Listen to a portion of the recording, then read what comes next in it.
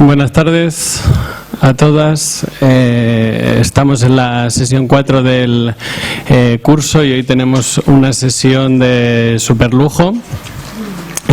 Donde han venido las empleadas de hogar de territorio doméstico, Rafaela concretamente, de las Kellys, las camareras de piso que se han hecho famosas en los últimos tiempos, ha venido Ángela, y las trabajadoras sexuales de AFEMTRAS ha venido Iris. Y esta sesión se llama Chachas y putas, de las violencias laborales a la organización de las trabajadoras. Entonces, pues dentro de un curso de violencias machistas nos ha parecido interesante, importante reflejar la realidad de las mujeres que están organizadas en su sector laboral, en su empleo, y nos ha parecido especialmente importante traer a estos tres colectivos concretamente, porque frente a la victimización en general que se da cuando hablamos de mujeres que sufren violencias machistas, estos son tres ejemplos de mujeres que están organizadas en lo laboral y organizadas además con las dificultades extra que implica en un mercado laboral como el español, caracterizado por la fragmentación, por la precarización, por una de las tasas de paro más altas del mundo.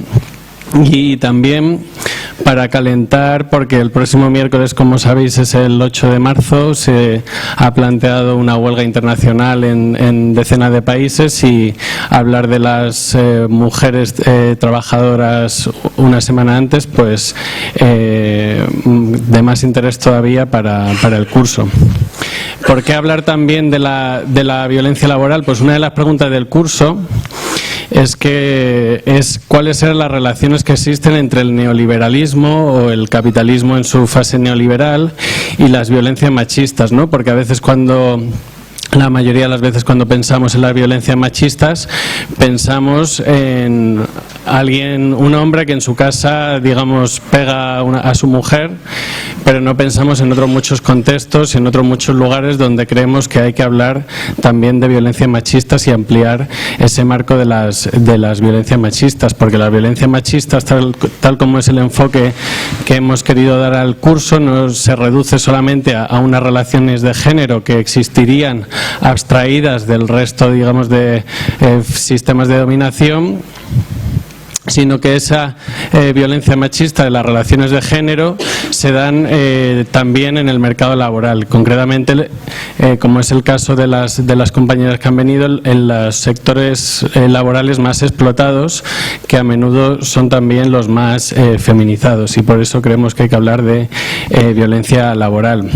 ¿Por qué hablar de violencia laboral? Pues simplemente ellas nos lo van a contar ahora mismo, ¿no? Pues en el caso de las empleadas de hogar, podemos decir si es violencia machista, podemos discutir si es violencia machista, por ejemplo, el no reconocimiento del empleo de hogar dentro del régimen general, lo que, como sabéis, implica, por ejemplo, pues no ser como el resto de trabajadores asalariados y no tener el mismo reconocimiento de derechos.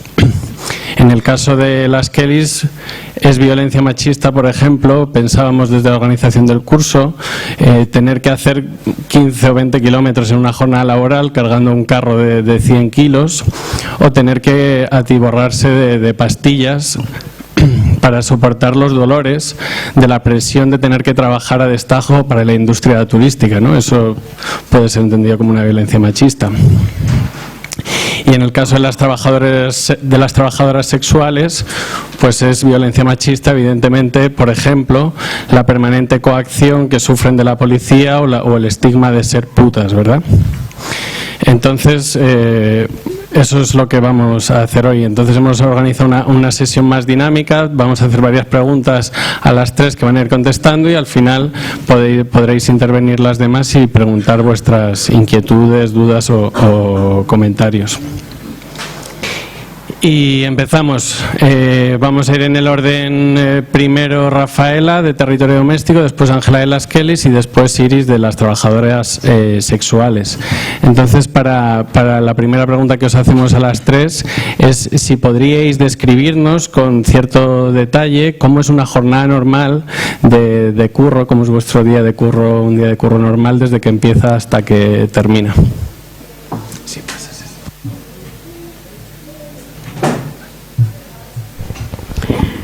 Bueno, primero, buenas tardes y a todas y a todos por estar aquí.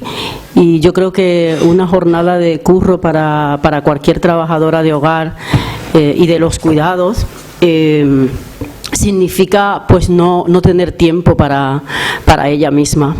Yo creo que lo que han descrito de la falta de derechos en las trabajadoras de hogar y los cuidados, desde ahí empieza o sea, desde que comienzas en la mañana con todo el ajetreo que tienes y de solamente pensar en que no tienes ni siquiera un derecho para ir al médico, que ese día a lo mejor estás enferma y estás pensando decirle a la jefa o al jefe que te dé el día o unas horas para ir. Yo creo que es una jornada laboral sin tiempo para la persona que lo estamos haciendo, sin derecho, con muchísima angustia, con muchísimas dificultades, desde que te levantas hasta que llegas a los sitios donde laboras, que sabemos que la mayoría están a las afueras de Madrid, y con el tema del transporte, que es otra de las cosas que nos atraviesa, ya desde ahí comenzamos a ser víctimas de la falta de derecho y de un trabajo como este, que no le llaman trabajo ni le llaman empleo, sino que le llaman algo que hacemos las mujeres en su gran mayoría por amor a veces y porque somos de la familia. Yo creo que es muy estresante y yo creo que con eso lo dejamos. Ángela, ¿cómo es un día normal vuestro de trabajo para las camareras de piso? Buenas tardes a todas y a todos. A ver, un día de una Kelly. Las Kellys, no sé si habéis oído la frase, tenemos en la página web una frase que dice: corre Kelly, corre. Pues las Kellys nos pasamos el día corriendo. De hecho, cuando no tenemos que trabajar, tenemos ya el ritmo tan incrustado en vena que no sabemos ir despacio. Entonces, por la mañana, cuando dejas a los niños en el colegio, te vas a trabajar, pasas por el despacho de la gobernanta, te hace un briefing y te cuenta lo que va a surgir en ese día y cómo tienes que hacer frente al trabajo. Si viene un grupo, pues hay que correr, porque el grupo, si viene a las 11, hay que tener a todo el grupo ya colocado. Se da la circunstancia que con los recortes y con la gestión de trabajo que se está haciendo, se están suprimiendo figuras que nos ayudan al trabajo físico. Entonces es bastante común que las camareras, cuando llegan por la mañana a trabajar, tengan que contar fardos y fardos de sábanas, de toallas, en función de lo que les dice el cuadrante de habitaciones que van a tener ese día. A lo mejor tienen que hacer 20 y tantas habitaciones y pueden necesitar pues 60 sábanas. Toda la ropa que van a necesitar en el transcurso del día no les cabe en el carro, con lo cual están todo el día de allá para acá. Si está haciendo la 203, por poneros un ejemplo, y llama a recepción y dice que el cliente de la 104 quiere que le limpien la habitación, que va a trabajar en la habitación y quiere que se la limpien ya, pues tiene que dejar lo que está haciendo, irse a la otra parte, y entre medias puede ser que haya un olvido de un cliente que se ha dejado el teléfono y tenga que ir a la habitación, con lo cual el ritmo es bestial, provoca muchísimas enfermedades porque el trabajo físico es fuerte, es considerable, y el estrés y la ansiedad por esa presión pues también es sin parar, es continuo.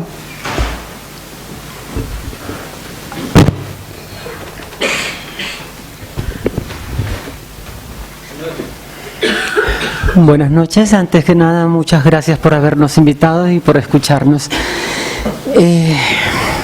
Un día en el trabajo de una trabajadora sexual, un día corriente. Debo aclarar una cosa, que por las peculiaridades propias de nuestra actividad, a diferencia del trabajo de mis compañeras, el trabajo sexual no está considerado como trabajo. Pero no obstante, podemos decir de que nuestro día a día se marca por la autogestión. Las razones para entrar en el trabajo sexual son muchas y diversas. Muchas encontramos, particularmente en lo que a mí me corresponde. Yo soy una trabajadora que capta su clientela en el espacio público, o sea, en la calle. Lo que podríamos decir, yo soy una puta de la calle.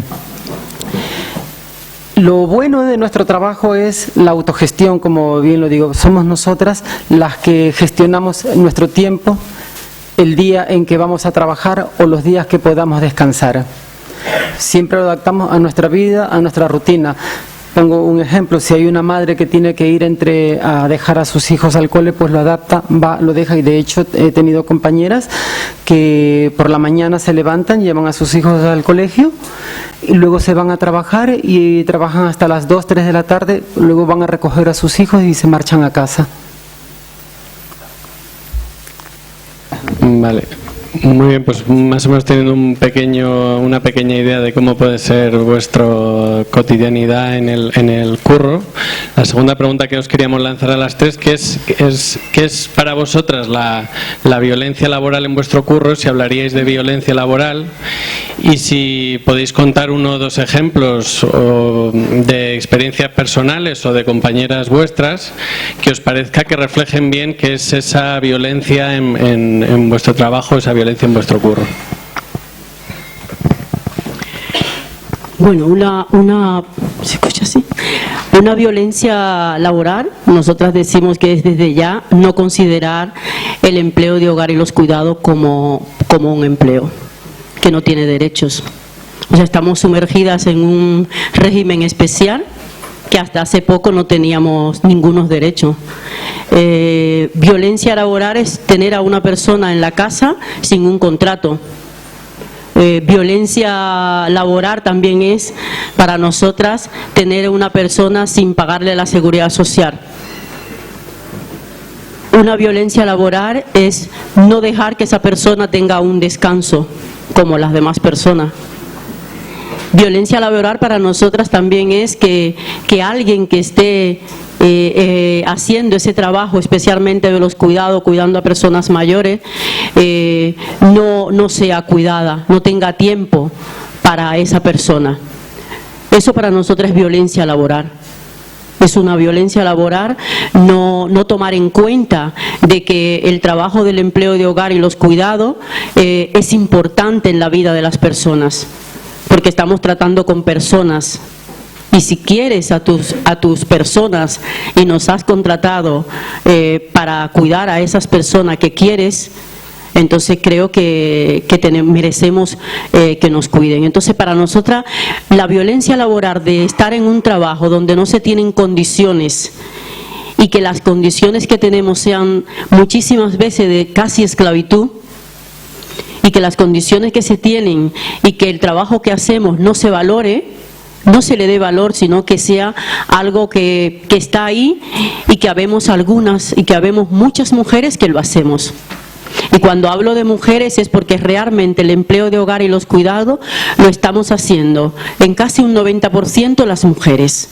Y últimamente lo estamos haciendo mujeres migrantes, para que muchas mujeres y muchos hombres puedan salir al ámbito privado. Entonces, por eso nosotros decimos que es una violencia laboral tener a una persona en tu casa y considerarla como de la familia y no darle derecho. Eso es violencia laboral para nosotras.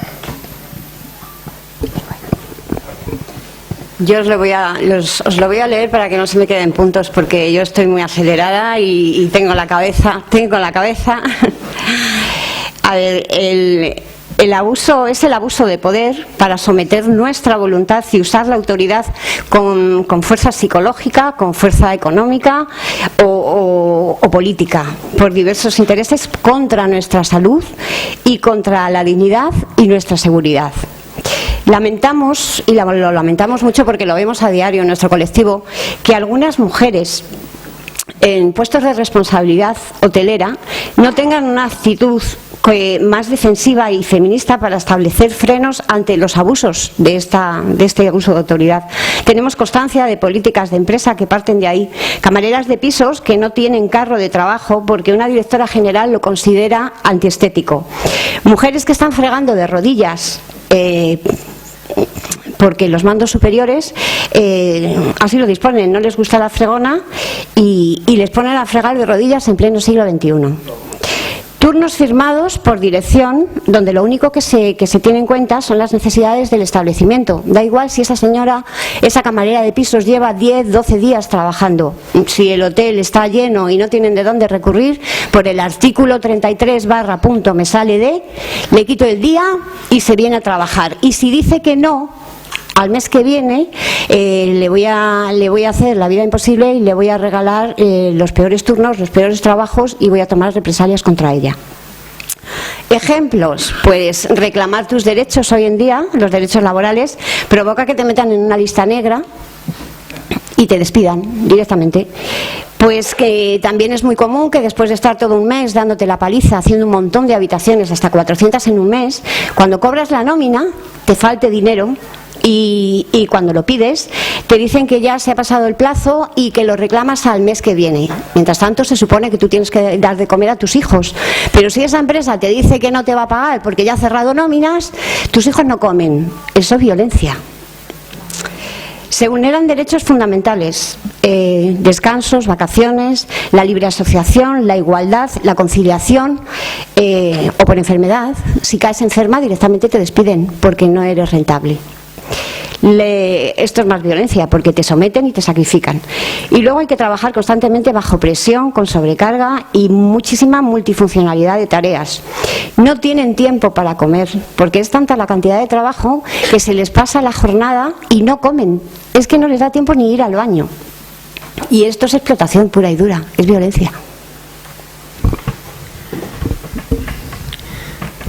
Sí, mi compañera está un poco acelerada, yo estoy un poco nerviosa y también voy a leer un poco para que no se me olviden también ciertos puntos que quiero remarcar.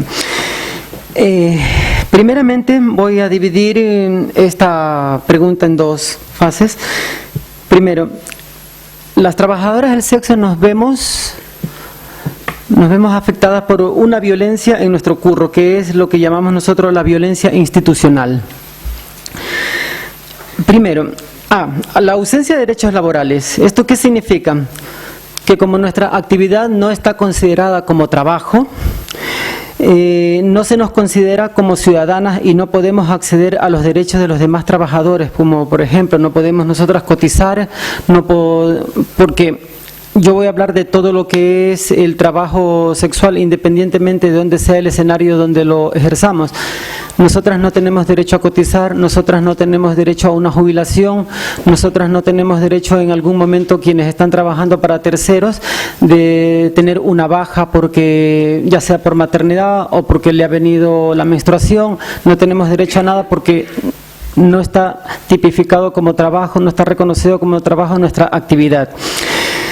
Así que en el punto B podría comentar que si por esto fuera poco, se nos persiguen, se nos criminalizan a través de leyes como la Ley de Seguridad Ciudadana, muy conocida como la Ley Mordaza, u ordenanzas municipales que nos multan por realizar nuestro trabajo. En el segundo punto, tengo que decir que estas dos violencias fomentan otro tipo de violencia a las que nos vemos nosotras expuestas en nuestro trabajo. El acoso policial es constante. Esto crea un marco de inseguridad para nosotras, porque la misma policía se convierte en un elemento de acusación y juez, lo que conlleva a que aumenten posibilidades de agresiones físicas, ya que hay que ejercer de una manera clandestina.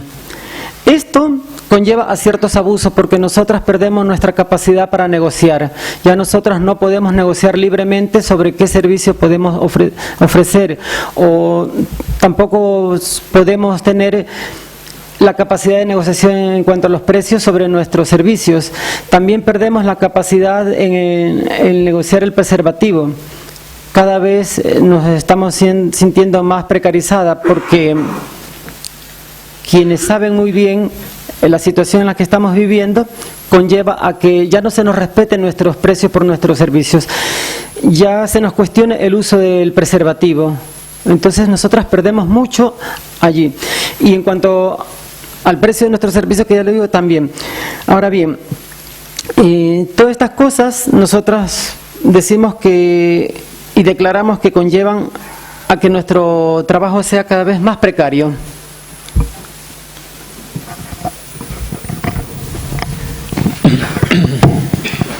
Muchas gracias. Pues la siguiente pregunta es que de todos estos ejemplos que abren el abanico de lo que para mucha gente puede significar lo que es la violencia machista, porque la relaciona con muchas esferas, con muchos lugares donde normalmente no nos la imaginamos o no es a donde nos lleva la cabeza.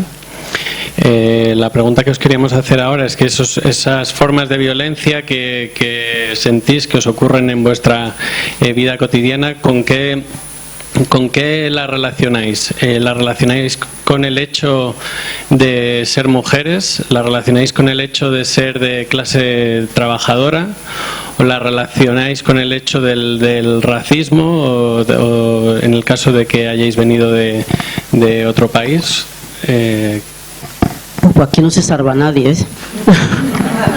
Aquí, vamos, aquí son como dardos, ¿no? Que nos tiran a todas, o sea, nos ponen ahí con la diana y nos dan a todas. O sea, aquí, desde que eres mujer, porque como veis, el trabajo que hacemos, y aquí ya vemos 3 en esta mesa, que son trabajos como diferentes, ¿no? Pero realmente cuando vamos al meollo del asunto vemos que las cosas no son tan diferentes.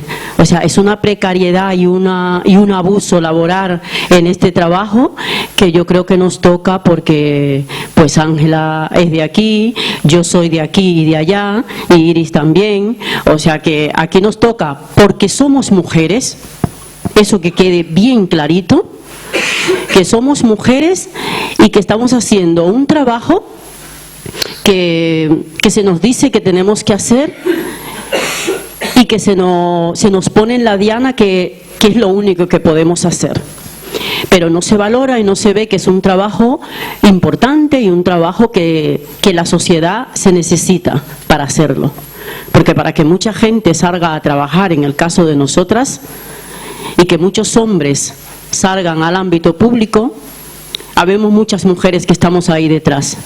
Seamos de donde seamos, porque en los países nuestros también está lo suyo. O sea, allí, nosotras, por ejemplo, dejamos otras mujeres allí cuidando a los hijos y a la familia y a todo el mundo que haya que cuidar, y venimos aquí. O sea, también dejamos allí, y allí no se unta nadie. O sea, aquí yo creo que eso es una historia de que somos mujeres, de que te atraviesa, de que si eres migrante o no, también te pasa, de que eres pobre, de que eres negra, eres blanca. O sea, yo creo que estos son dardos que te pegan a todas. Pero yo creo que lo más importante de esto es sacar de que este trabajo que nosotras estamos haciendo son los trabajos que forman parte de una sociedad que realmente se ha puesto en manos de las mujeres porque sale muy barato. Porque a las mujeres también no nos pagan igual que a los demás. O sea, a las mujeres también se les echa de los trabajos porque somos mujeres, porque parimos o porque tenemos la regla, como dice Iris. O sea, yo creo que eso atraviesa, yo creo que todo esto que nos has preguntado nos atraviesa a todas y atraviesa desde ahí. Pero yo voy a marcar que esto es un trabajo que estamos haciendo las mujeres y que no se está tomando en cuenta lo que estamos haciendo. Y a mí me atraviesa, a todas las compañeras del empleo de hogar, pues somos migrantes, somos mujeres, somos negras, somos blancas, somos pobres. Y nos hemos atrevido a pasar la frontera para buscarnos la vida, y aquí nos hemos encontrado con un trabajo discriminatorio y un trabajo que no se le da valor. Pero sí que es importante, y nosotros sabemos que es importante porque se nos pone la vida de las personas en manos nuestras, y por eso estamos seguras que es un trabajo importante y por eso estamos peleando.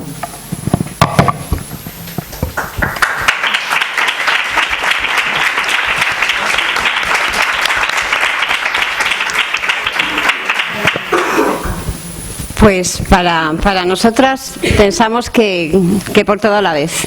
En nuestro colectivo la feminización de la pobreza se ve claramente. Una parte muy importante de las mujeres acceden al mercado laboral básicamente cubriendo puestos precarios para proporcionar al sistema mano de obra vulnerable y débil.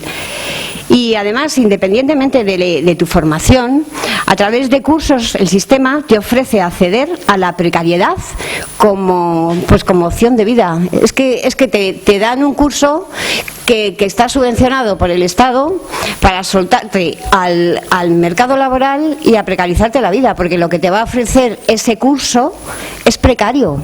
Es que y encima te lo quitan por otro lado, porque tú como persona contribuyente estás aportando para dar ese curso.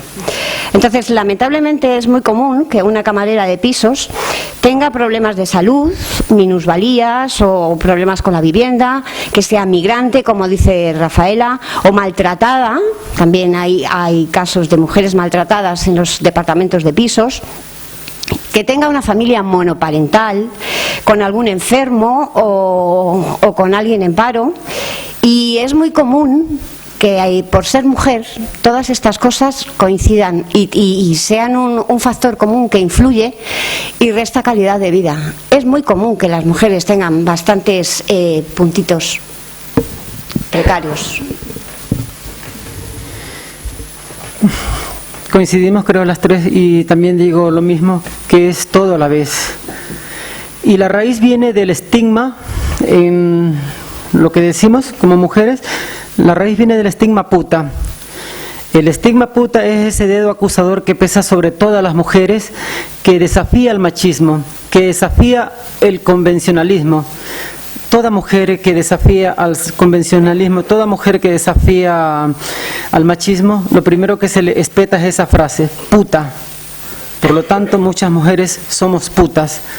Si a esto le añadimos que en nuestro trabajo, en el trabajo sexual, nosotras hemos visto en nuestras propias carnes el gran cuestionamiento sobre la sexualidad en la mujer.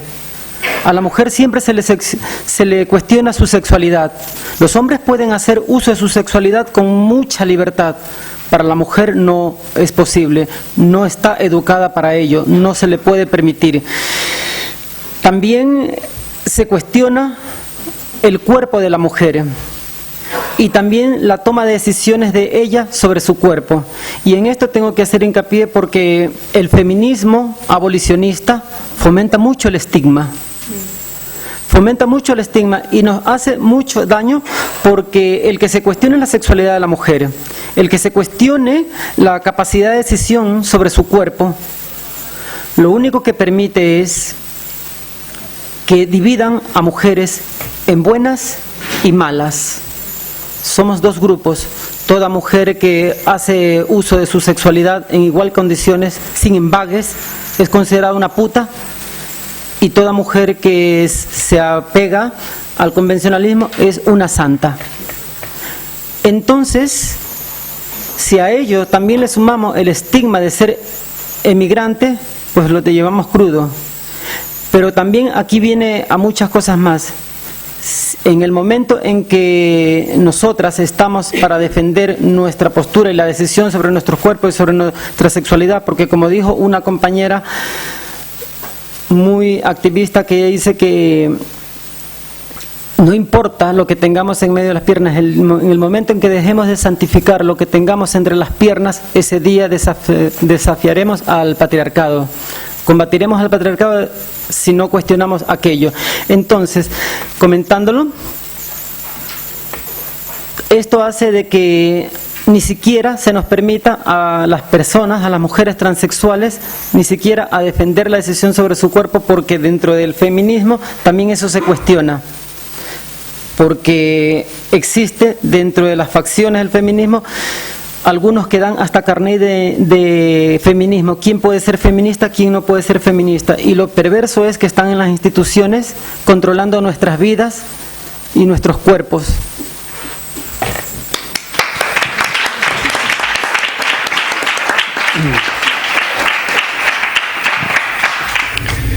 Bueno, pues muchas gracias. Vamos a la siguiente pregunta que os queríamos hacer. Una de las cosas que salió en alguna sesión anterior es que el mismo individualismo y el mismo mito del sujeto que se hace a sí mismo, él solo, sin nada detrás que lo haga emerger, sino con su puro esfuerzo individual, con su acción individual, es lo que también lleva a que en muchos casos hay una fragmentación tan fuerte y una división tan fuerte, y a muchas personas y concretamente a muchas mujeres están en una situación de aislamiento y una situación de estar solas, ¿no? Y podríamos hablar de que el solo hecho de estar solas sufriendo violencia es una forma de violencia más complicada, ¿no? Entonces, después de todo lo que nos habéis contado, suponemos que vosotras no nacisteis organizadas, sino que hubo un momento en que os organizasteis y en vuestra vida concreta, en vuestra trayectoria concreta, en vuestro curro concreto, pues decidisteis organizaros colectivamente. Entonces, lo que os queríamos preguntar es, Rafa, Ángela y Iris, ¿qué pasó para que os organizarais colectivamente y decidierais juntaros o pasar de un momento de más división? No sé si en vuestro caso concreto os sentisteis especialmente solas en algún momento de vuestra trayectoria.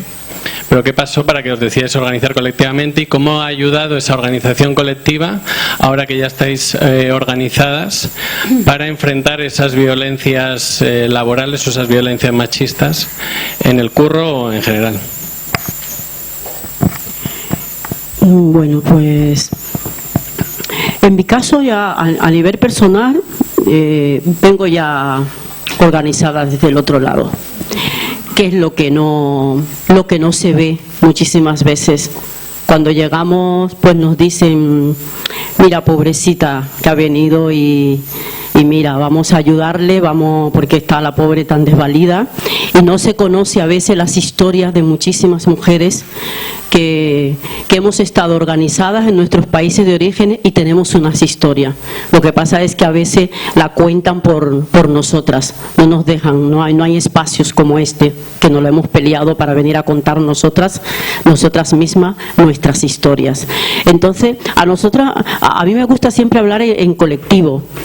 Aparte de mi historia, en territorio doméstico, muchísimas mujeres pues nos hemos sentido solas cuando llegamos.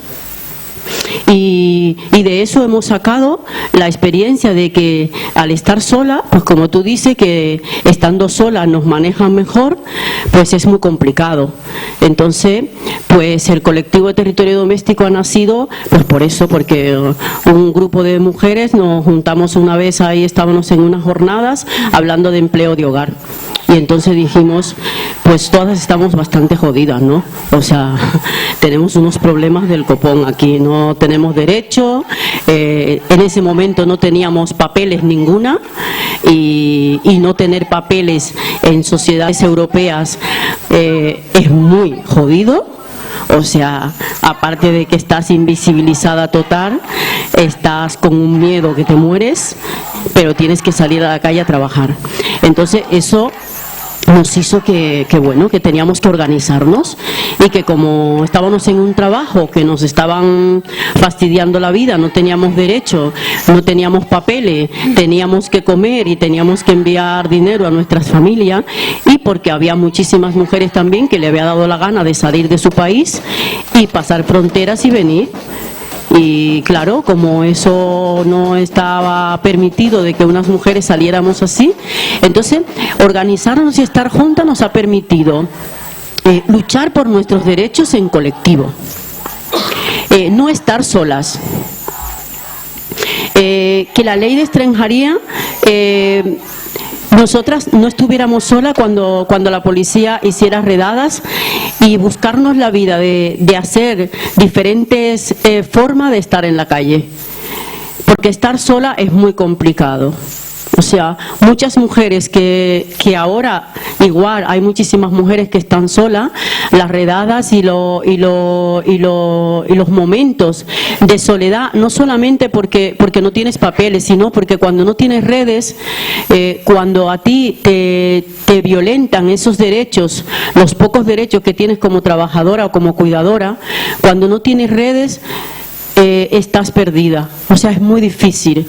Hay muchísimas mujeres ahora mismo también que están enfermas, que están pasando por momentos muy difíciles porque realmente no tienen esas redes.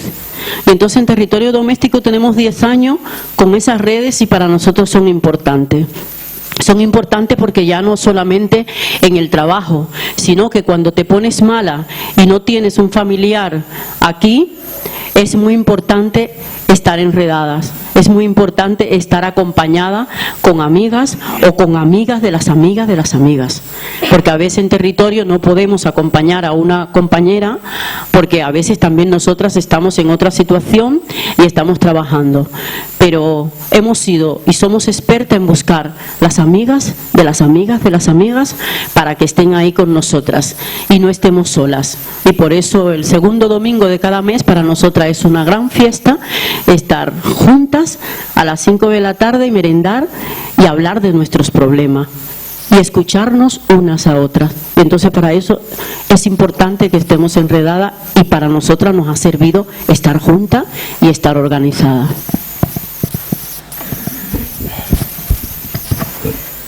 Todo lo que no se ve parece que no existe.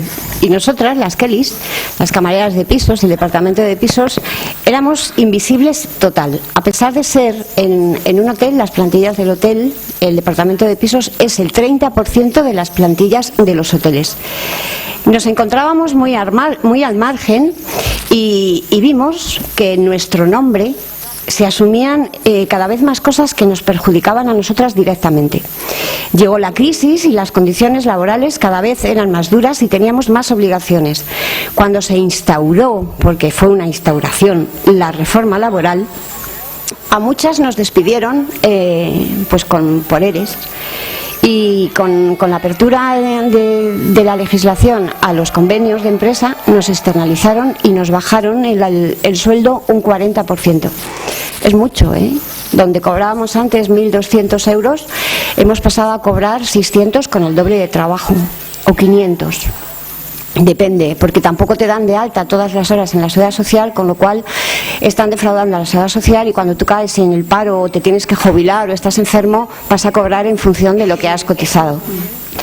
Vimos que se creó un grupo, entonces vimos que el grupo que se había creado en Facebook solo servía para desahogarse y para compartir penalidades, pero tú te metías en el Facebook, decías, pues he hecho 20 habitaciones y me han quitado el día libre y qué mala la gobernanta o qué mal, pero te desfocabas en un momento y al día siguiente te ibas a trabajar y te iban a estar esperando las mismas calamidades y más.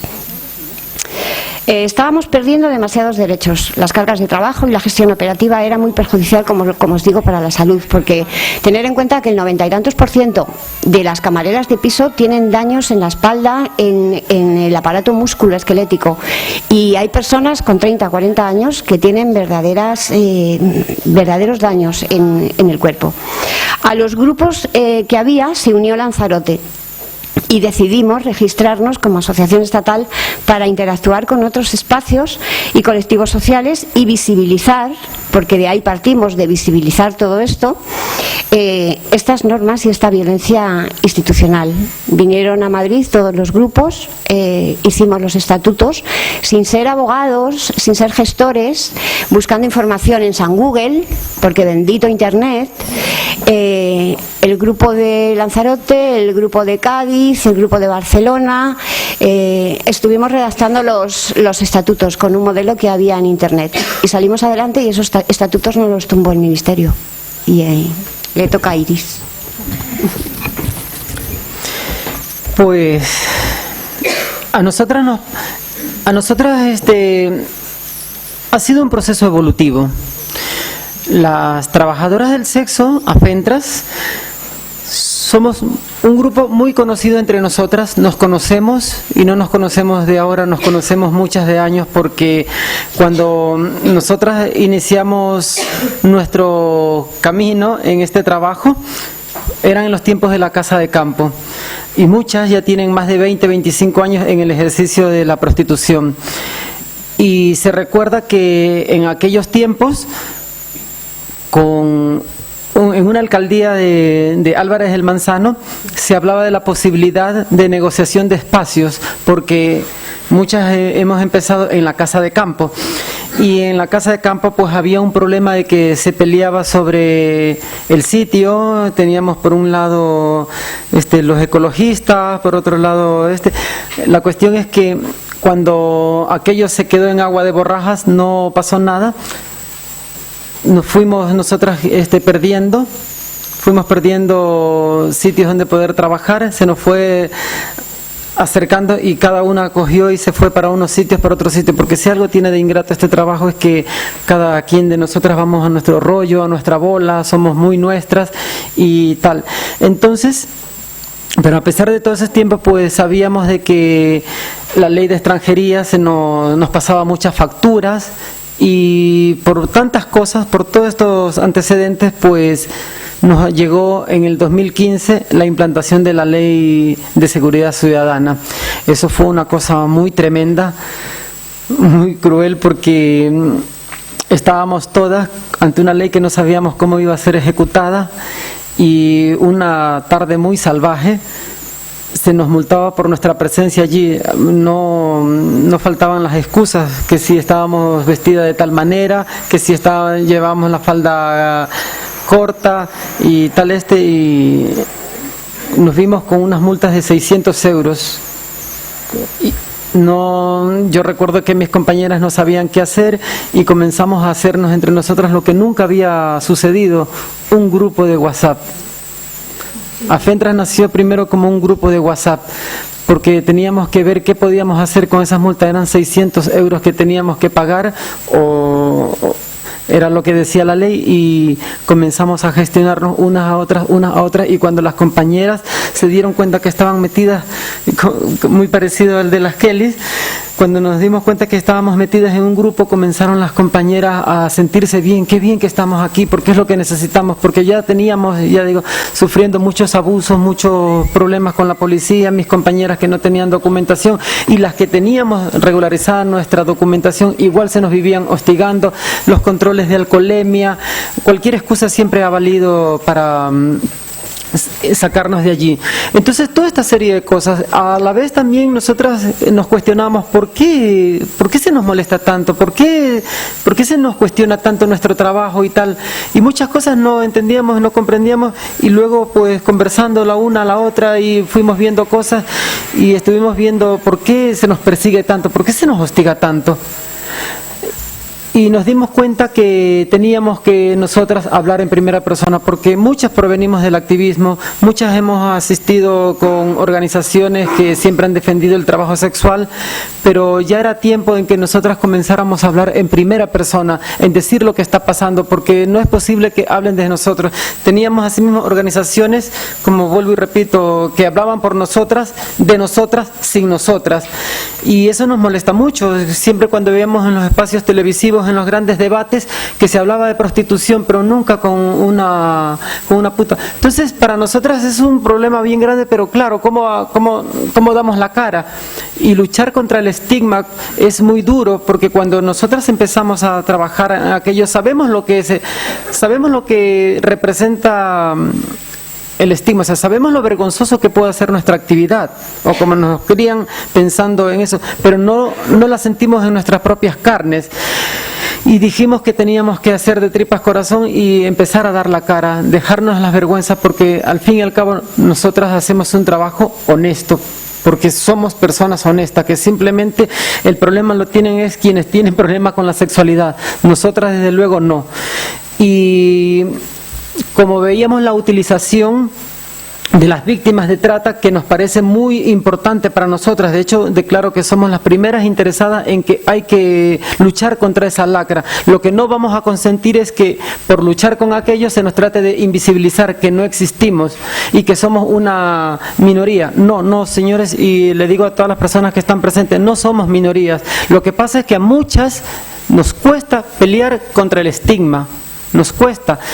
No queremos que el estigma nos afecte en nuestras casas, con nuestros vecinos. Entonces no queremos ser identificadas, y eso tenemos que seguir trabajando en ello para que darnos un poco de dignidad a nuestra propia vida, porque al fin y al cabo entendíamos que así tenía que ser y que ya era el momento de que no hablen de nosotras, por nosotras y sin nosotras. Somos nosotras las primeras que tenemos que dar la cara, las primeras que decir que aquí estamos. Y no vamos hoy en día con nuestra agrupación, que es AFENTRA, Agrupación Feminista de Trabajadoras del Sexo, no vamos a permitir que nadie hable sobre nuestro trabajo, porque quienes tienen que hablar en primera persona somos nosotras. Nadie más que nosotras como para saber sobre nuestro trabajo. Ninguna otra persona lo puede decir. Y desde los asientos, desde los despachos feministas, no pueden hablar de nosotras sin nosotras.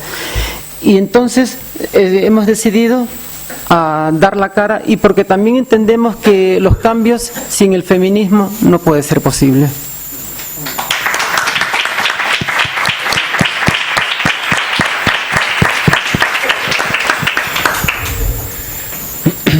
Bueno, pues muchísimas gracias. Estamos todos y todas aquí afectadas por lo que estáis contando, y lanzamos la última pregunta y pasamos el micro para que la entrevista colectiva pues siga y todas preguntéis lo que queráis. Bueno, yo creo que tenemos que decírnoslos a todos y a todas. Estos son situaciones y problemas y historias que tenemos que ponerla en la mesa, tenemos que ponerla en las agendas políticas, porque esto no es de trabajadoras de hogar y de cuidado y de prostitutas y de trabajadoras de camareras de piso. Esto es serio, esto es una cosa que, esto es algo que tenemos que tomarlo y que decirlo y que decidir, porque a veces me pongo a pensar y digo, ¿qué le digo a una mujer que está siendo maltratada, a una compañera en mi trabajo? Es que a veces yo creo que no tenemos que decirle a ellas. Tenemos que decir a las instituciones y a los estados que tienen que poner historias aquí y saber lo que hay. Estamos diciéndole a las compañeras que denuncien. Las compañeras de trabajo doméstico denuncian, pero si es tan difícil que vayan a un hogar a saber si esa compañera está siendo maltratada y se está violando sus derechos. Si es que es difícil decirle que vayan a hacer una fiscalización, porque nos dicen que eso está en el ámbito privado y que ahí no se puede llegar. Y un ejemplo, nosotras decimos que si hay una situación de explotación laboral en una casa, en una familia, cuando dejáis esa familia o en la sociedad se deje entrar al del gas para que vaya a hacer la revisión anual, porque puede haber un problema y una explosión y puede matar a muchísimas personas ahí, entonces ¿por qué no hay una fiscalización cuando hay personas que lo sabemos que se está violando los derechos de las personas que están ahí? Porque ya decide no tenerle un contrato y de no pagarle la seguridad social y de estar trabajando más de 16 horas, como es el caso de las compañeras internas, y que no tengan un día para estar libre o que no tengan ese espacio para ir a un médico. Entonces, yo lo que digo es que esto hay que decírselo a quien hay que decírselo. Las instancias, ya nosotras lo tenemos bien claro. Y a las compañeras lo que estamos intentando es que las compañeras nos organicemos, que estemos todas organizadas en nuestros colectivos y en los colectivos que, aunque no sean trabajadoras de hogar, porque ya repito, esto no es un problema de las trabajadoras de hogar y de las cuidadoras, es un problema del sistema que está menospreciando el tema de los cuidados, está desvalorizando el empleo de hogar, está cometiendo todo atropello de tener a una persona y especialmente a una mujer pagándole menos que a cualquier persona, no teniéndole ningún derecho a que esa persona esté ahí, y está violando todo el tema de género y, ya lo digo, de derechos humanos. ya no estamos hablando de trabajadoras de hogar, estamos hablando de derechos humanos, estamos hablando de que hay montones de mujeres que estamos haciendo ese trabajo y no se está valorando y no se está poniendo el tema de género. Y se está violando. Entonces yo lo diría de manera general. Y a las compañeras que están, es que ya cuando le dices, haz esto, o mira, vas a hacer esto, pero cuando vas a las instituciones o cuando va para que te hagan algo, ¿con qué te encuentras? Te encuentras con que no te escuchan, te encuentran con las compañeras de violencia de género, denuncian y están ahí. O sea, vas y lo primero que te encuentras es que cuando vas a poner una denuncia te encuentras con un guardia jurado, que no tengo que ver, no estoy diciendo que sea malo, pero una mujer que está siendo víctima de violencia de género o de violencia laboral, y vas a una institución a denunciar y no te encuentras, ya de por sí no encuentras ni algo agradable que te pueda satisfacer y decir, jolines, sí que puedo. Es que no encuentras eso. Encuentras con que, a ver lo que has hecho, a las empleadas de hogar, bueno, a lo mejor tú no has cumplido con tu trabajo, o a lo mejor has dejado a la señora sola. O sea, es que te encuentras con esas historias. Entonces yo creo que esto tenemos que decírnoslo pues a los que tienen que escucharlo. Porque nosotras ya sabemos clarito que vamos a luchar por nuestros derechos y ya nosotros sabemos lo que vamos a hacer y sabemos que es importante estar juntas. Y por eso los colectivos donde estamos luchando por nuestros derechos. Y es decirlo que esto no es de nosotras. Esto es de todas y de todas las personas que estamos en cualquier lugar. No sé si alguno he coincidido con vosotros a lo largo de este curso. Yo he estado viniendo con vosotros al curso. ¿Os acordáis en la sesión número 1 lo que dijo Elena Casado? El cuerpo de las mujeres también son cuerpos de resistencia, y que las mujeres teníamos que hacer red y crear vínculos entre nosotras, porque en momentos dados, dado a las mujeres nos pasan las mismas cosas entre sí y es muy fácil interactuar entre nosotras y apoyarnos. La violencia tiene la horrible capacidad de anularnos y de someternos. Nos hace pensar que si hacemos lo que nos dicen, vamos a evitar que nos maltraten. Pero es justo al contrario, porque como el maltratador no tiene escrúpulos y va consiguiendo sus objetivos a base de violencia como recurso sistemático, el patriarcado es un ejemplo. Entonces, llegado ese momento, tenemos que tener capacidad de reacción. El primer paso para reaccionar es el más difícil y se trata de no aislarnos y no de quedarnos solas, como bien dice Rafaela. Somos hijas, hermanas, madres, esposas, compañeras, pero cuando te miras en el espejo, si tú no te ves conscientemente a ti misma, ¿cómo te van a conocer los demás? Desde el momento que tú tomas conciencia de ti misma es cuando todo cambia, cuando te sientes con otra fuerza, porque el problema de la violencia laboral, machista, es un problema complejo. En la asociación feminista, recuerdo que las primeras reuniones que hicimos en la asociación nos hablaron mucho de los vínculos y los lazos que creamos las mujeres. Son vínculos sororos. Sororos viene de sororidad. Y las luchas de las mujeres crean unos fuertes vínculos. De hecho, las mujeres somos la mitad de la población, entonces es importante vincularnos entre nosotras. Yo personalmente, esto no sé, yo no quiero que me tachéis ninguna de radical, yo dudo mucho del poder de las palabras para influir en determinados individuos. Entre otras cosas porque verbalmente dicen una cosa y hacen otra. Hay veces que te escuchan por quitarte de en medio. A nosotras los directores de hotel o cuando reclamamos cosas, sí, sales por la puerta y al día siguiente es igual. Entonces, para ellos, una grieta no es un espacio por donde entra la luz, sino un hueco por donde colarse y cambiar los muebles de sitio. Creemos, en la asociación, nosotras como herramienta de lucha, creemos que una acción requiere una reacción. Y ante la violencia laboral, que es de lo que nosotros podemos hablar, hay que echar mano primero de todas las herramientas que existen, juzgados, instituciones, organismos oficiales, Pero mientras tanto hay que inventarse y reforzar otras nuevas, porque no vas a estar esperando, bueno, yo ya he denunciado, me voy a sentar y me voy a cruzar de brazos, y el juzgado puede tardar 1 año o 2 años en presentar, en celebrar el juicio. ¿Qué haces? 2 años estás aguantando lo mismo que has denunciado, pues no corresponde. Entonces, mientras la ley actúa, existen desvíos de evasión y podemos crear en primera persona del plural otras redes activas más o menos originales, pero igual de potentes. Por ejemplo, nosotras en Lanzarote este año, las Kellys, en Reyes, con una caja de zapatos de estas monísimas de la tienda de los chinos, metieron carbón dulce y se lo llevaron a los hoteles donde más precarizan.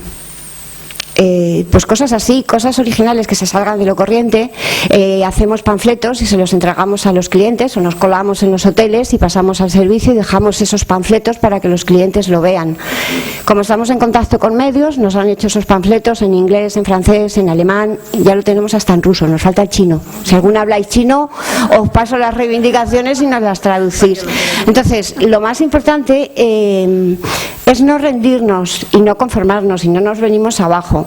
Evidentemente, cuando las luchas se están llevando a cabo, te subes, te bajas, no consigues lo que tú quieres, pero bueno, gracias a la unión que hay entre nosotras, no nos caemos todas a la vez, siempre hay alguien que empuja. Entonces, por eso es tan importante que no estemos solas en cualquier lucha que emprendamos, en cualquier cosa que queramos alcanzar.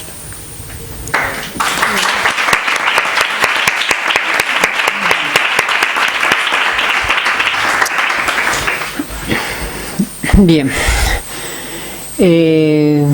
para estas fechas que estamos en marzo, que marzo es un mes muy potente para la lucha de las mujeres y todo aquello que representa, sinceramente a mí no se me ocurre ninguna cosa decirle a las mujeres, ninguna frase de estas hechas, ya construidas, no se me ocurre aquello, solamente decirle tanto a ellas como a mis compañeras, como vosotras, a las mujeres en general, a vosotras de territorio doméstico, a vosotras, a mis compañeras, lo único que es mi apoyo y lo que tú dijiste hace un momento, mi sororidad, para hacernos fuertes, para empoderarnos, para luchar. A quien sí hay que decirle las cosas, a quien sí hay que decirle, jalarle un poco las orejas, es a las autoridades que están en los gobiernos, que están en las instituciones, que escuchen nuestras reivindicaciones, que las escuchen, porque si bien es cierto, mis compañeras, ustedes están peleando por unas cosas justas. Quiero hacerle comprender a las personas que están aquí escuchándonos que hay una gran diferencia entre mis compañeras y nosotras. Ustedes tienen el reconocimiento de ser consideradas trabajadoras. A nosotras no se nos reconoce ni eso. O sea que aún así nosotras estamos más abajo de las desigualdades. Aparte del estigma, porque como vuelvo y repito, se nos cuestiona la libre decisión. Cuando sale una mujer a luchar por sus derechos, cuando sale una compañera, siempre se le desmerece como que es un porcentaje que no significa nada, cuando no es verdad. Nosotras lo sabemos que no es verdad. También nosotras siempre lo que le decimos es que luchemos con el estigma, que deberían, aparte de darnos esos derechos, ese reconocimiento de derechos laborales, también hacer políticas para terminar con el estigma de nuestro trabajo, porque en realidad eso también pesa mucho. Decir de que al feminismo abolicionista que nos escuche, que practiquen esa sororidad que tanto se habla en el feminismo, también sea practicada a nosotras y que no sea un elemento de atropello, porque cuando hay una compañera que sale a relucir siempre dicen que está en una clase privilegiada. Yo a veces me asombro de ciertas expresiones que se utilizan a toda mujer a toda trabajadora del sexo que se pronuncia y que pelea por sus derechos. Nosotras, por ejemplo, las que ejercemos en nuestro trabajo en el espacio público, lo que siempre pedimos es la negociación también de nuestros espacios, porque no queremos nosotras trabajar molestando. Nosotras queremos un espacio donde podamos trabajar de manera digna, sin molestar ni ser molestadas. O sea, es una de nuestras reivindicaciones la negociación de espacios. Pues ya está.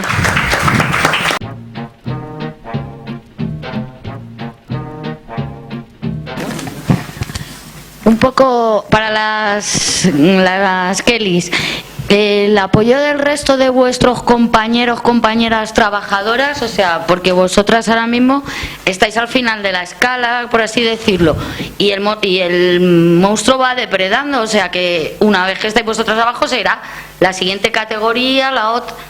¿El apoyo de ellos lo tenéis? ¿No? Pues la verdad es que no lo tenemos. Un segundito, le metemos otra pregunta. Pero nada de ningún... Ahora os cuento.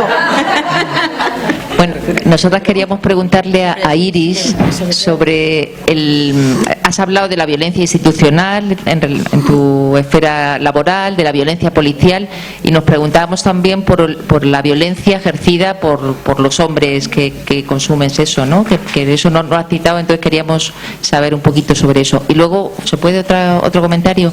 Un poco la experiencia en trabajadores masculinos del sexo. ¿Qué tipo de violencia sufren ellos y si tiene con relatos distintos? Gracias. ¿Ya puedo contestar? Que no me anticipe.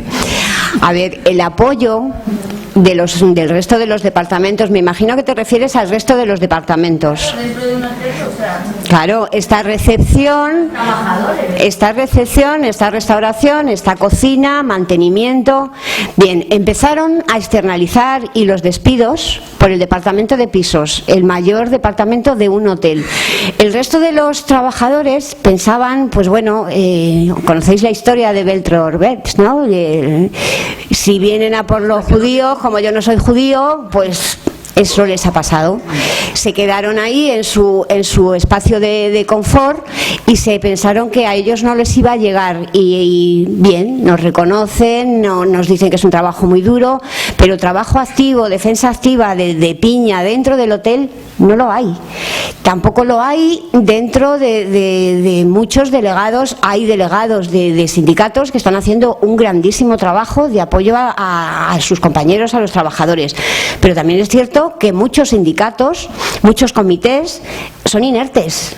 No hacen. De hecho, yo soy de las que piensa que sí, que los sindicatos son necesarios, porque los trabajadores necesitamos sindicatos, pero los sindicatos tienen que saber evolucionar.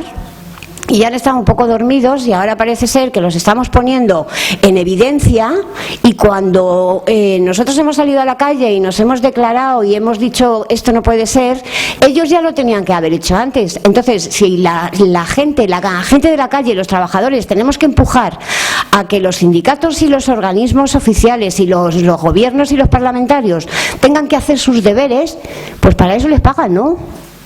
Porque vosotros cuando vais a trabajar, si no cumplís con vuestra función, a los 2 o 3 días os abren un expediente y os ponen de patitas en la calle.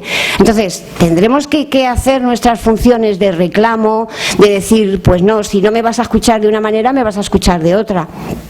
Y los trabajadores tenemos que unirnos, porque una cosa que no tenemos los trabajadores es conciencia de clase, ¿eh? Somos, el otro día yo vi un vídeo que me llamó la atención. Una camarera de pisos decía que estaba muy contenta de trabajar en un hotel que la estaba explotando. No, querida, si te está explotando no puedes estar contenta de estar trabajando ahí. Tienes que defenderte tus derechos para que no te exploten. Entonces, por el miedo a perder ese trabajo que me están, pues bueno, llámalo trabajo, llámalo limosna, llámalo como quieras, por el miedo, sí que es cierto que las camareras de pisos son muy vulnerables y de hoy para mañana se pueden ver en la calle, y es eso, nada, hay que comprender todas esas situaciones. Pero el apoyo global en los trabajos no lo tenemos. O aprendemos a salir todos juntos. Nosotros nos apoyamos mucho en En los grupos sociales. Los grupos sociales de Yayo Flautas, los de Coca-Cola, los de Correos, las camareras en pie, muchísimos los grupos sociales. El otro día en las marchas siempre estamos ahí en más de uno, hay lucha social, pero hay que trabajarla. Bien, me preguntabais sobre la violencia ejercida por los clientes. Permítame decirle una cosa que, como yo ya había señalado, de que estas violencias institucionales que son fomentadas a otros tipos de violencia, pues sí, es cierto de que esto provoca una inseguridad y nosotras estamos abocadas a cualquier violencia por parte de cualquier persona que pueda llegar como cliente. Sin embargo, os voy a comentar una cosa. El cliente, los puteros, para decirlo más concretamente, como cualquier cliente, hay clientes excelentes y hay clientes maleducados. Eso es normal. Esté yo ejerciendo de prostituta o esté tras una barra poniendo un café. Si a mí me va a venir una persona mal educada, mal criada, pues evidentemente voy a tener problemas con esa persona. Así que no es cuestión de trabajo. Sin embargo, voy a recalcar una cosa. Si todo el conjunto de la sociedad está viendo que las instituciones y que en este caso la policía, que es un aparato del Estado que está para preservar la integridad de los ciudadanos, está viendo que nos están tratando como criminales, evidentemente se van a llevar a la idea de que algo malo estamos haciendo.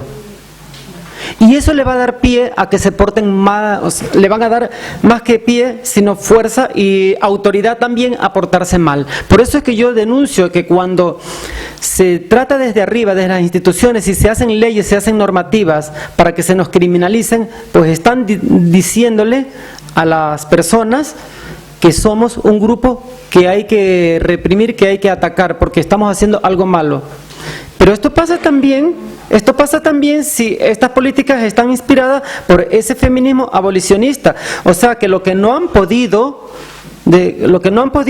desde la moral, desde la religión, pues ahora se ha creado esta especie de moral con ideología, que es lo que yo llamo, es como una especie de fariseísmo. Y se han inventado ese cosifismo del cuerpo. Si a eso le añadimos, siempre vamos a tener clientes maleducados. Pero lo malo de todo esto es que, como no tenemos la capacidad de negociación, esas limitaciones que les había comentado, pues evidentemente no le podemos decir que se largue, que se vaya. Porque si yo le puedo decir, yo como una persona, puedo decirle que no lo haga, pero otra compañera que no esté mejor preparada que yo, mejor equiparada que yo, no esté empoderada, pues lo va a aceptar. Ahora, nosotras, que es lo que quiero remarcar, yo como determinada persona puedo decir de que no me voy con tal o cual cliente malcriado, pero de pronto hay otra compañera que lo sabe llevar mejor, lo sabe gestionar mejor que yo y se puede ir con ella. Así que eso es relativo, pero el cliente maleducado o la persona violenta no va a ir a buscar a una prostituta para ejercer su violencia, lo hace también ya en su casa, lo hace con sus mujeres, lo hace con sus madres, con sus hermanas. Así que no es cuestión de trabajo. El violento es cuestión de la educación. ¿Qué educación? Precisamente la educación machista, la educación patriarcal que nos pone en desigualdades. Y en cuanto a los trabajadores masculinos, ellos también sufren el estigma de la homosexualidad. Hay algunos trabajadores masculinos que se enfrentan a ese estigma, porque si bien es cierto, ellos no quieren también que por su trabajo se los tilde de homosexuales, ellos también llevan lo suyo. Sí, la pregunta va para Rafaela. Quería saber si, bueno, como que toda esta última intervención de Iris me ha hecho reflexionar sobre el tema de la vulnerabilidad, de la desprotección y cómo ahí donde no llegan las leyes, pues hay más pie para el abuso de poder, ¿no? Y las asimetrías. Entonces, pensando sobre todo en mujeres, yo también soy migrante y he sentido ese terror, o sea, de intentar evitar, yo qué sé, una redada, etcétera. Quiero saber si esa violencia también, o sea, si una de las facetas de la violencia que puede ejercer el patrón o la patrona dentro del hogar implica algún tipo de chantaje que tenga que ver con el tema de los papeles. Es decir, hasta qué punto se han visto situaciones entre ustedes donde se ha utilizado digamos, ese pedestal de patrono para amenazarte y chantajearte en caso de que no quieras autoexplotarte, ¿no? Con el tema de los papeles, aprovechando el miedo que eso genera y con razón, ¿no? Porque de nuevo hay una violencia institucional instaurada que legitima que se nos haga controles por perfil de manera racista. Sí, con el tema de los papeles, lo decíamos al inicio, ¿no? Hay muchas mujeres que, inclusive hasta no teniendo el documento de identidad de acá, ya se chantajea diciendo que le des el pasaporte para guardarlo y para tenerlo allí.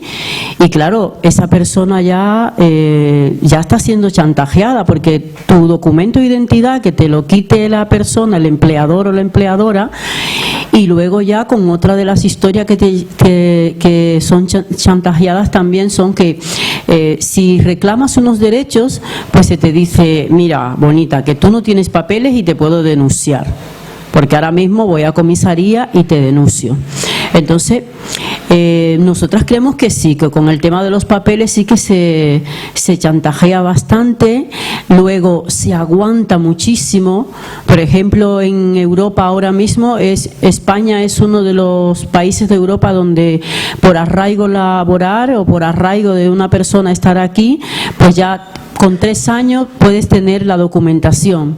Entonces hay muchísimas mujeres que están trabajando esos 3 años sin ningún derecho, aguantando montones de historias y una explotación increíble, porque realmente vas a llegar a los 3 años. Pero la historia se da con muchísimas compañeras, es que cuando llegan a esos 3 años y exigen que le hagan el contrato para poder tener sus papeles, pues antes de que lo pidan hay muchísimas compañeras que se les ha echado a la calle. Entonces, eso es un gran chantaje, o sea, de tenerte 3 años trabajando sin seguridad social, sin contrato y sin nada, pues nosotras creemos que ese es un gran chantaje. Pero también nosotras la otra vuelta que damos es que por eso estamos juntas, y es que nosotras decimos a las compi que el hecho de no tener papeles no es una historia para no denunciar. Nosotras, por ejemplo, hemos ganado ya casi 11 juicios con compañeras que han denunciado la vulneración de derechos y realmente se ha denunciado, ¿no? Porque el bulo antes era que si no tenías papeles no podías denunciar, o porque tú no eres de acá no puedes denunciar. Entonces realmente eso ha sido un trabajo en equipo de todas nosotras, concienciándonos de que tenemos unos derechos, de que eres un ser humano y punto, y que tú tienes derecho a esos derechos. Da igual que tengas un carnet de identidad de acá o no lo tengas.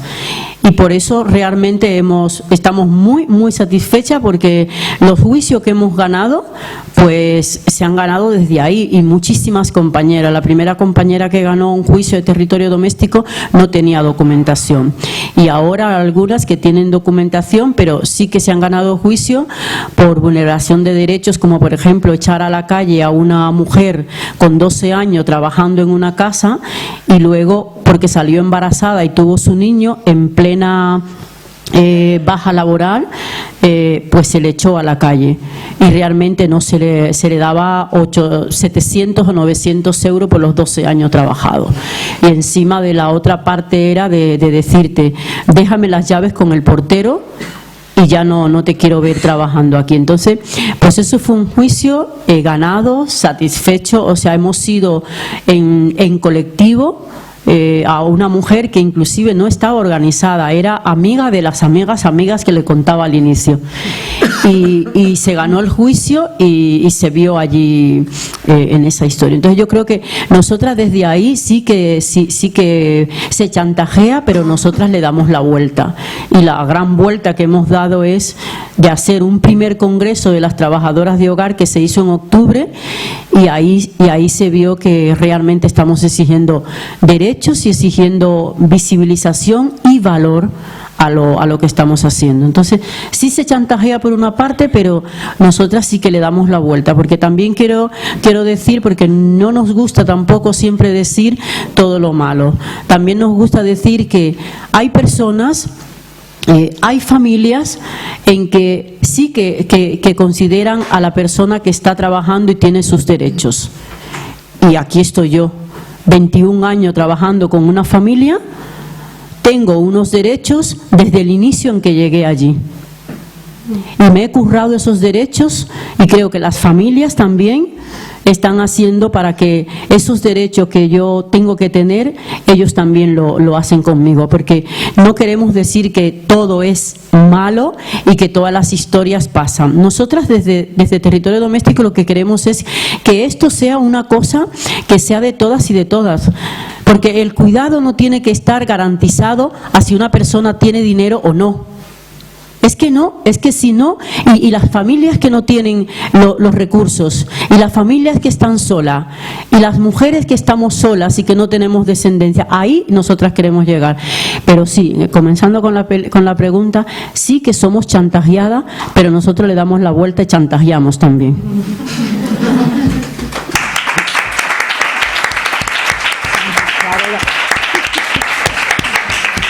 Quería saber si se animan, después de todo lo que han presentado aquí, si os animáis a articularos de alguna manera entre vosotras, porque he visto que hay muchas cosas que claro, eso tiene que nacer de ustedes, obviamente, pero que se han puesto en común, y que a pesar de las particularidades, que hay cosas en común que sería súper bonito, como por ejemplo tú hablas de los yayoflautas, todo esto, no sé, ¿cómo podría empezar ese apoyo y esa sororidad en la acción política y articulándose, y si les interesaría? Estamos aquí en las mesas. Claro. Y hemos estado en otras mesas, y vamos a estar el 8 de marzo en ese paro que vamos a movilizar a las mujeres. Yo creo que sí que estamos. Nosotros hemos presentado una petición en el Parlamento Europeo y nos la han admitido. O sea que a ver hasta dónde llegamos. Y luego también tenemos reuniones con parlamentarios y con la Junta del Distrito, y claro, cuando hablamos con la Junta del Distrito, con los parlamentarios, y les llevamos enumerado, y el fulanito de tal partido te dice no, porque este proceso ahora se tiene que ir al Senado, tú le dices, bueno, y cuando vuelva del Senado lo volvéis a marear aquí y lo volvéis a mandar al Senado. Es que es sorprendente.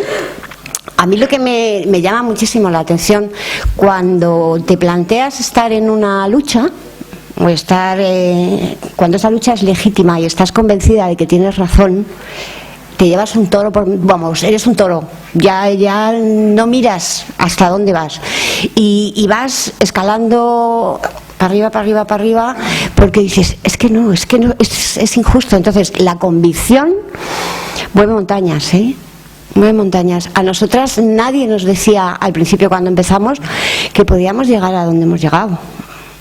El departamento de pisos, las que limpian, no teníamos la percepción de que pudiéramos llegar tan lejos, y la expectación y los medios europeos. No. Mi pregunta era para Iris. Quería saber si has escuchado o, bueno, yo he leído en algunos medios opiniones de exprostitutas que se declaran abolicionistas, y qué piensas sobre ello.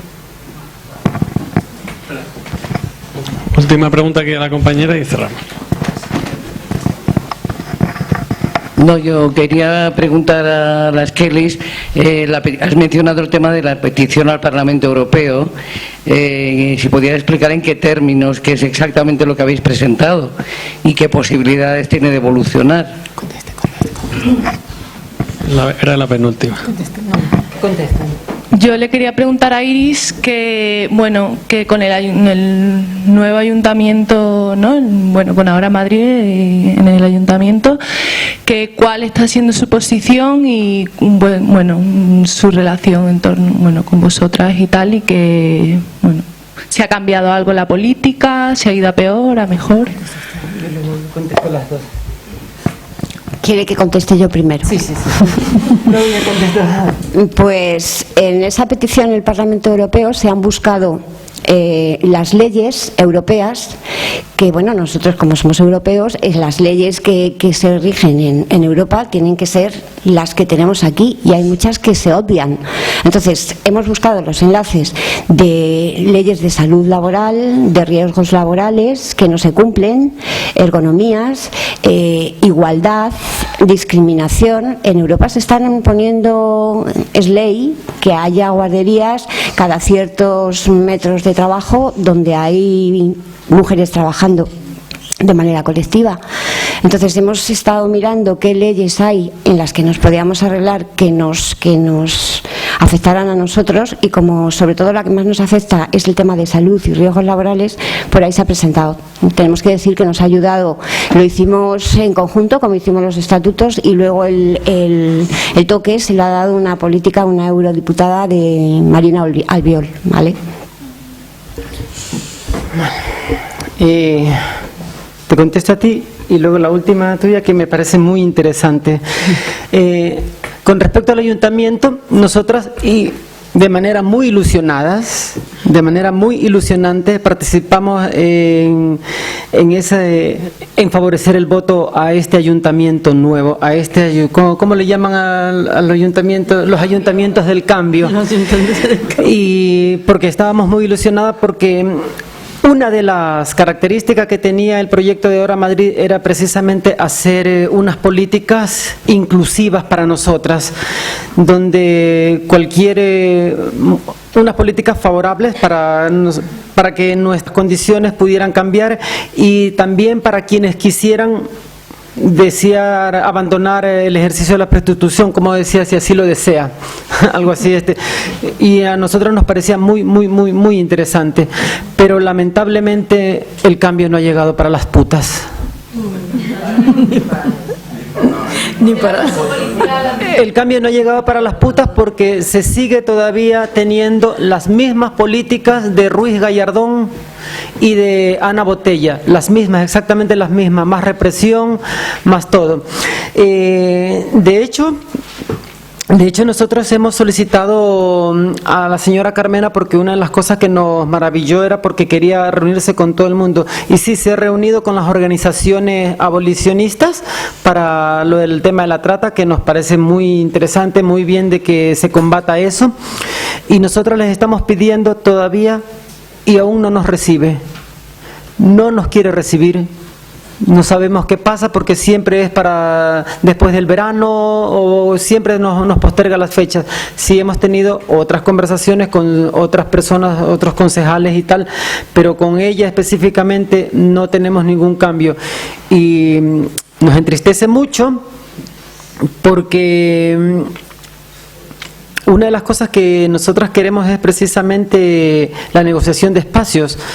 Estamos pidiendo aquello, y más que nada que se hagan las políticas, que se cumpla lo que había estado en su programa, porque creemos y pensamos, y así lo afirmamos, que Madrid se merece putas con derechos.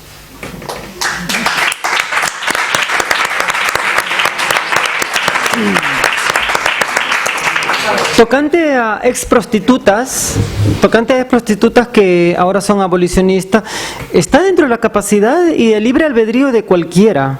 O sea, hay muchas mujeres, nosotras, y te lo digo Cuando optamos por este trabajo, lo hacemos por distintas razones, y mis razones no van a ser igual que las de otra compañera, porque cada una tiene su propia realidad y cada una tiene sus formas de hacerlo.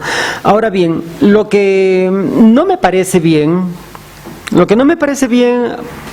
es que esa victimización superlativa sobre las trabajadoras del sexo.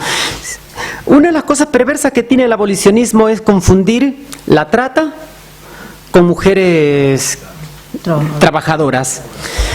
El fenómeno de la trata tiene 3 componentes, que es la captación, la coacción y el engaño.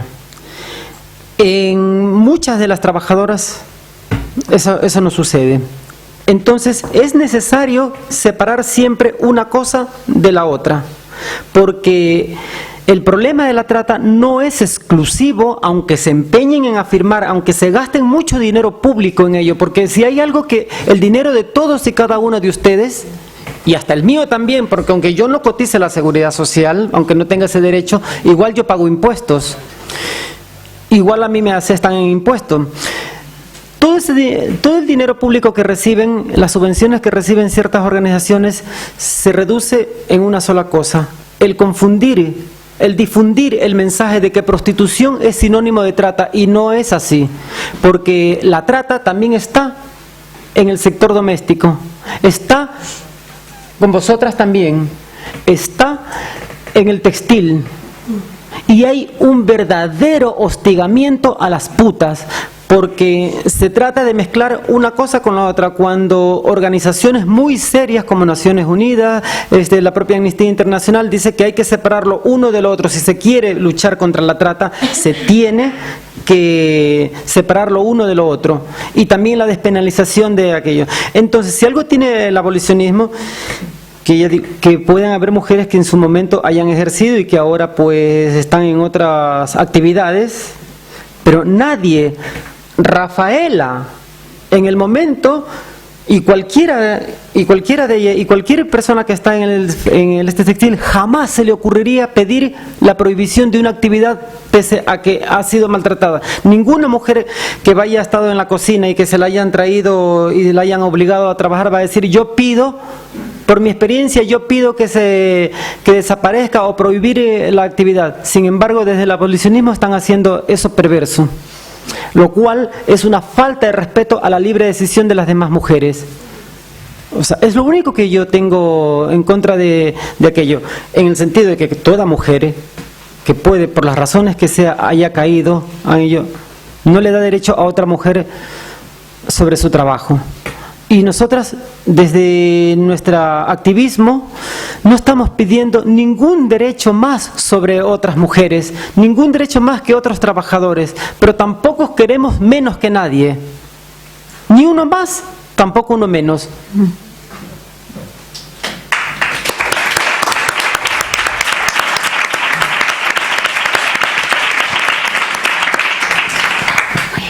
Pues muchísimas gracias, hemos terminado. Un aplauso para las 3, otro más.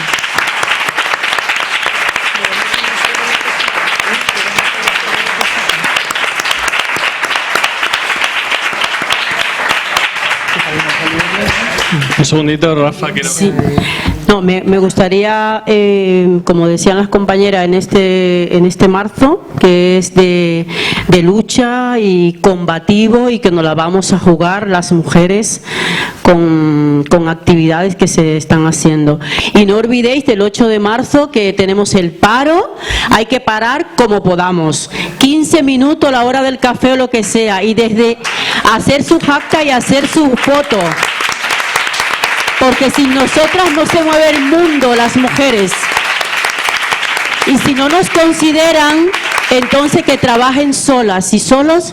Si no nos toman en cuenta las mujeres, entonces que produzcan solos y solas.